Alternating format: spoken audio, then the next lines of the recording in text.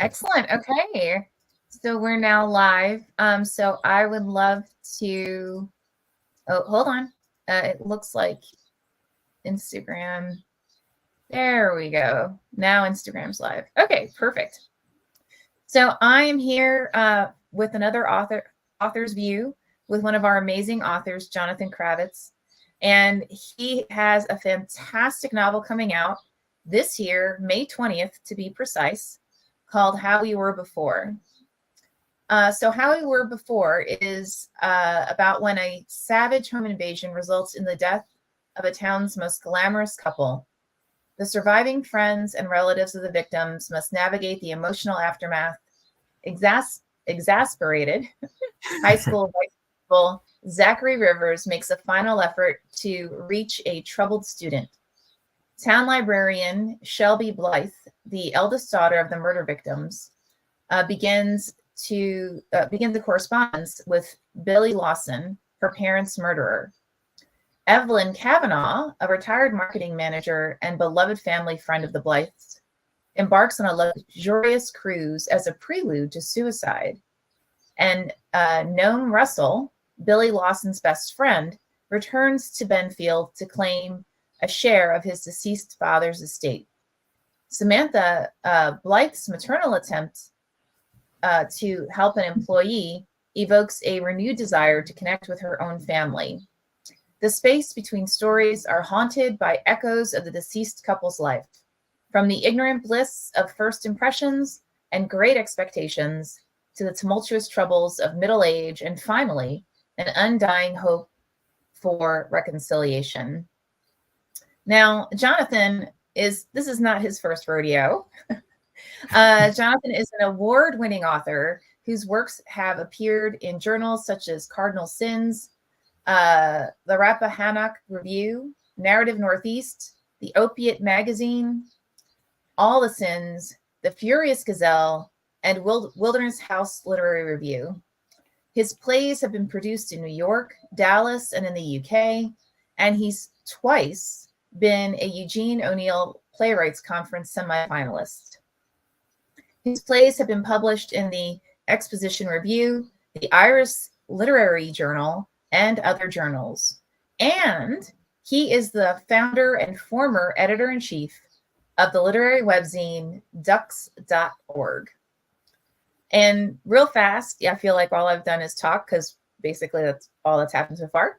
I just want to give folks, How We Were Before has already gotten some phenomenal reviews, such as How We Were Before is a beautiful collection of connected stories about well-drawn characters living in the aftermath of a horrific town, aftermath of a horrific town event that affects all their lives.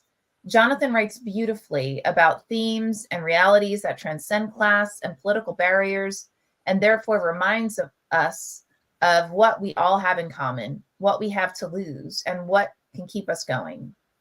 This is a wise and poignant book. And that was by Ellis Elliott Dark, author of Fellowship Point and In the Gloaming. And honestly, it's already received several other just fantastic reviews. So I'm going to actually let you guys check that out on your own. If you go in both to Jonathan's website, but if you go and check out the little scrolly thing, we actually have a link so that you can pre-order his book now, actually. So with all of that said, what I'd love to find out, Jonathan, what inspired you to write this incredible, incredible story? First of all, thank you, Lisa, for publishing the book. I very much appreciate it.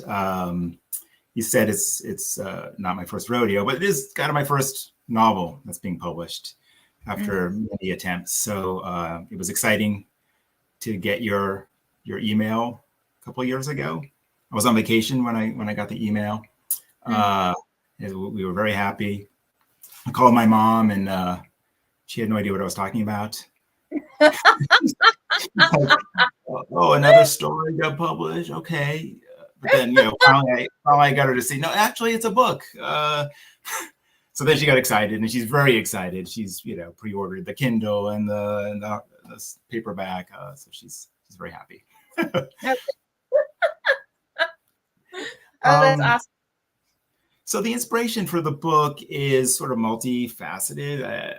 It's both why I wrote a book of this nature and also where the stories all come from. Mm-hmm. I feel the stories. I grew up in Massachusetts, where the book takes place, in southeastern Mass, and none of the events of the book happened in real life, but there were events that. What's that? Thank God. Yeah. Super uplifting. No, but but there was, there's a kind of inciting incident of the book is a double murder that happens. An older couple was murdered, and that actually happened in my hometown. Oh, wow. I knew a kid since second grade. Seemed like he was a good kid, but he had developed a lot of problems in high school, and ultimately he really lost it, and he got this idea to rob a house and went there with friends. The friends bailed out at the last second. I also knew him, and that became a character in the book. And he went in there and really for no reason murdered people. Wow. And I didn't even know what had happened to him, and I didn't want to really look because I really wanted the book to be its own thing. But recently, my girlfriend and I did look it up, and he's still in jail. He's been trying to get parole all these years, but it doesn't seem like he's reformed from when I was reading. Wow. I also work for a newspaper, a small newspaper, and one of the stories is set in a newspaper in Massachusetts. Mm-hmm. And in that town, the police chief actually did start stealing the drugs that they'd confiscated and trying to sell them. I guess I was a terrible reporter because I didn't catch this, but he did get caught and went to prison. So that's another event that happens in the story that also becomes an important part of why characters do certain things.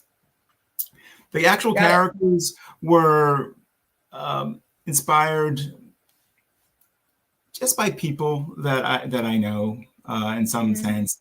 Really, they were all just creations, people that kind of fit. I found myself writing characters from that world.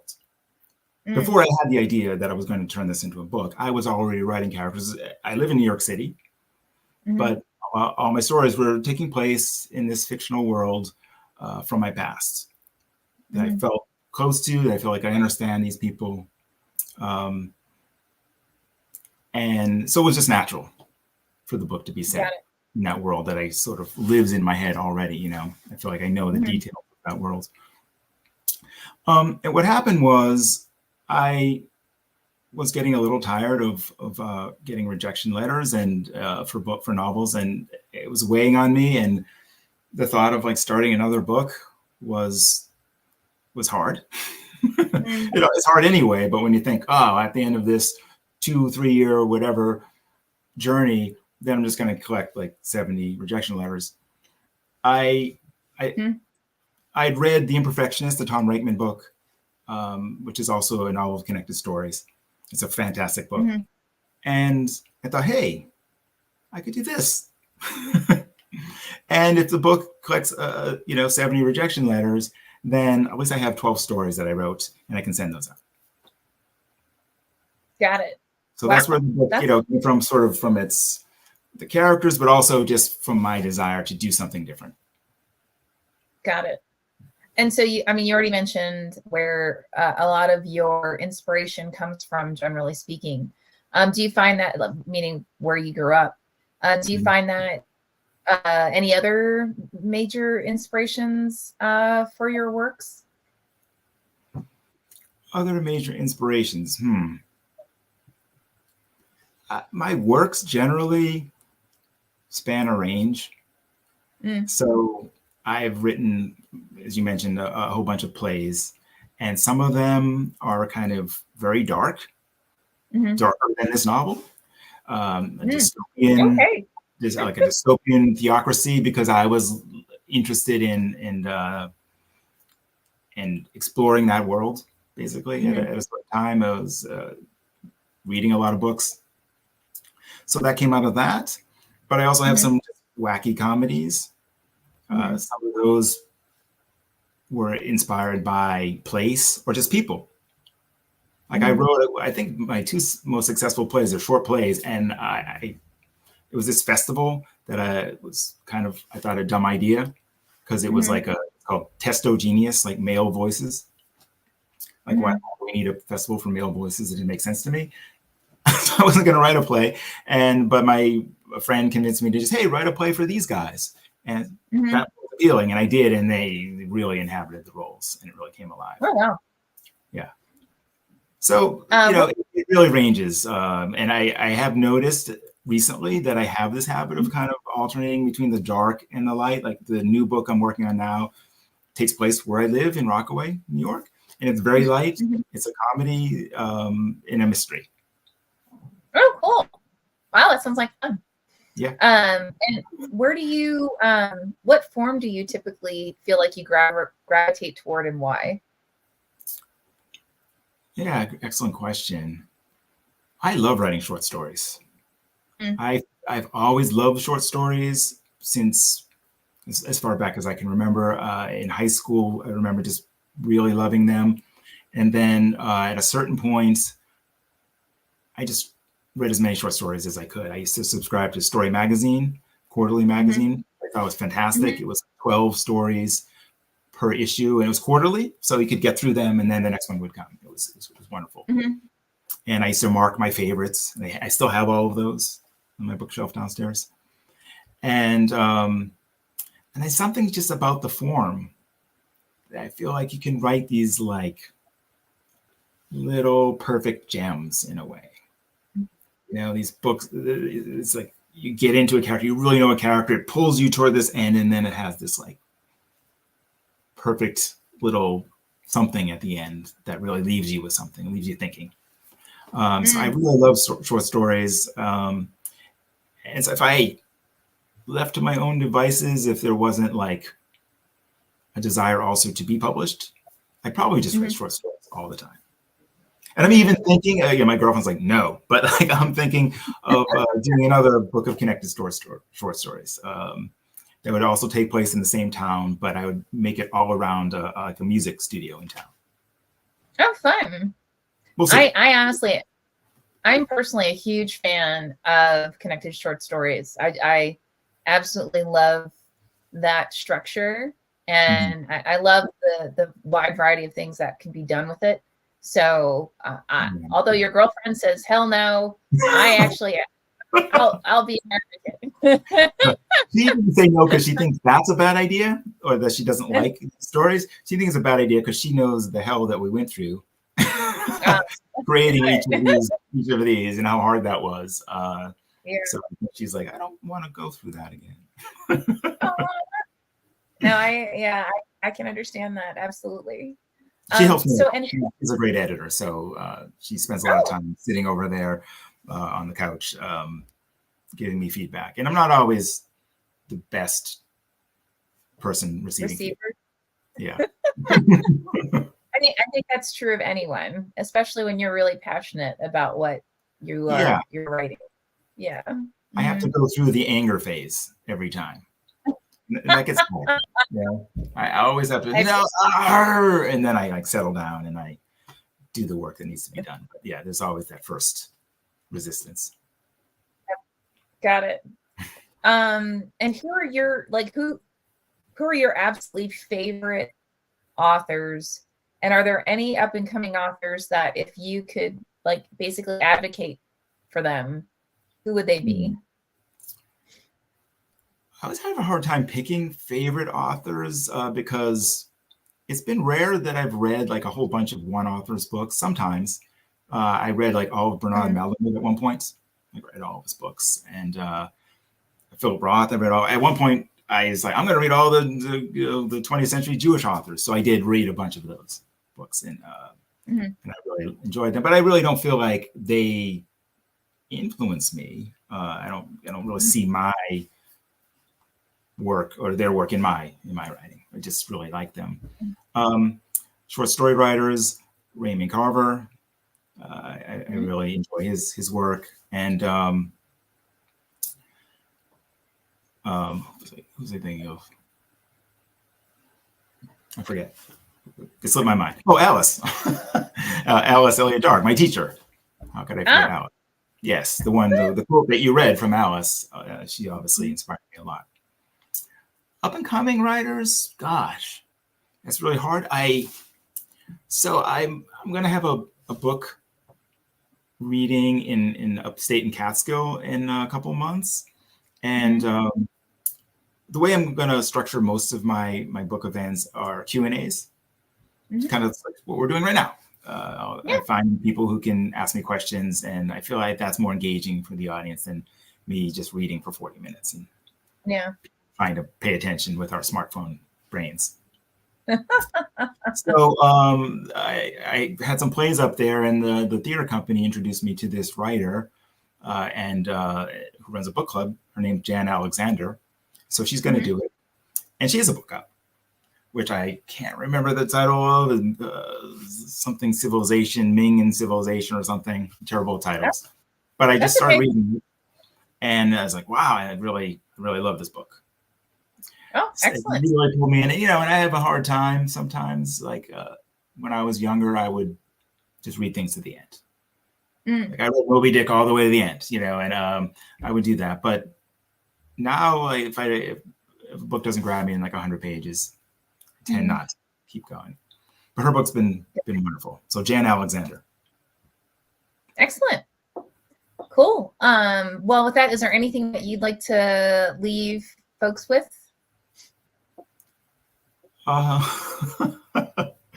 Leave folks with.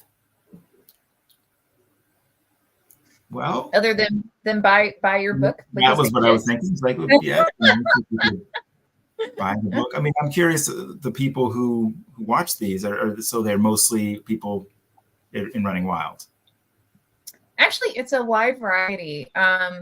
Because a lot of times what happens is we'll have usually the people who are watching it live are typically either associated with Running Wild and Rise or have some association with the author. And then we also have quite a few people who watch these afterwards, and we may get emails about it. A lot of times these will get retweeted or shared by a lot of like book festivals, author organizations, conferences, things like that. Oh, okay, cool. So I guess I had a few thoughts. One is like I'm always open to people contacting me if they want. You can find a way to contact me on my website, jonathankravetz.com. Email's up there right now. So people want to just say hello. If it's a Running Wild author, I guess they can try through Discord. Better to email, though, I think, because I don't always have the Discord app open. Also, I mean, I'd like to give credit to two people for helping with the book. Claire, my girlfriend, as I said, she really helped in the early stages. She was the first editor of the book. Oh, a cat. Oh, yes. As soon as she realized that she's not the center of attention, she makes herself the center of attention. Yes, we have a cat like that. It's also a black cat. She helps Claire when she's tutoring very much. So yes, Claire is just, you see the book is dedicated to her. And then this book's second editor, Ben White, who is also a great guy. And I really enjoyed working with him. Coming from a theater background, I just enjoy collaboration, which you don't get a lot of when you're writing a novel. You just kind of hunkered down in front of your computer, and that can be a little lonely and painful. So it was nice to, work with Claire, but also to meet someone new. Ben's got a good sense of humor. So it was like easy and kind of light working with him. And then, of course, he did help me find things in the book that were inconsistent, which is great. I enjoy, like, even though I have to go through the anger stage, it is nice to have someone. It's like, oh, this thing on page 17 and this thing on page 107. They don't. You can't have both. So I really appreciate it that he could find those things that I would never see. Fabulous. Well, with that, I want to thank you. This has been absolutely a true pleasure. And it is our pleasure to have the opportunity to publish your novel. For those of you watching, again, this is Jonathan Kravetz, and he is the author of How We Were Before, which is going to be out this May 20th. Go check it out. It is, again, absolutely a wonderful, wonderful, wonderful story. And with that, thank you. It's been fabulous. Okay. Thank you so much, Lisa. I really appreciate it.